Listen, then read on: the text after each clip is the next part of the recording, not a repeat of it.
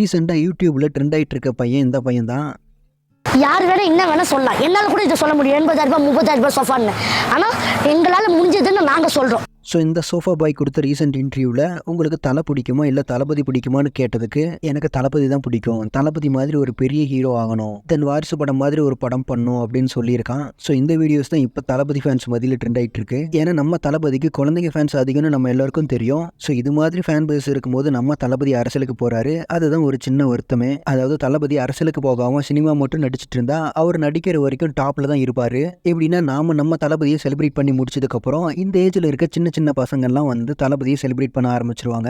So இவங்க நம்ம தளபதியை செலிப்ரேட் பண்ணி முடிக்கிறதுக்குள்ள நம்ம தளபதி சினிமா கேரியரை ஸ்டாப் பண்ணிக்கலாம். ஏன்னா ஏஜ்னு ஒன்று இருக்கு. ஸோ அதை பார்த்து நம்ம தளபதி சினிமா கேரியரை ஸ்டாப் பண்ணலாம். ஸோ அது வரைக்கும் நம்ம தளபதியை செலிப்ரேட் பண்ணுறதுக்கு ஃபேன்ஸ் எல்லாம் இருக்காங்க ஆல்டர்னேட்டா. ஸோ அது வரைக்கும் நம்ம தளபதி டாப்பில் தான் இருக்க போறாரு. தென் தளபதிக்கு இப்போ சினிமாவை தாண்டி அரசியல் மேலே இன்ட்ரெஸ்ட் வந்துருச்சு. ஸோ நாம என்ன பண்ண முடியும்? அட்லீஸ்ட் இது மாதிரி இருக்க ஃபேன்ஸுக்கு கூட நம்ம தளபதி வருஷம் ஒரு படம் பண்ணால் நல்லா இருக்கும். ஸோ வெயிட் பண்ணி பார்க்கலாம் தளபதி என்ன பண்ண போறாருன்னு. தென் ஃபைனலாக இந்த நியூஸ் பற்றின உங்களுடைய ஒப்பீனியனை கமெண்ட்ஸில் சொல்லுங்கள். அண்ட் உங்களுக்கு இது மாதிரியே தளபதி பற்றின அப்டேட்ஸ்க்கு நம்ம சேனலை மறக்காமல் சப்ஸ்கிரைப் பண்ணி சப்போர்ட் பண்ணுங்கள்.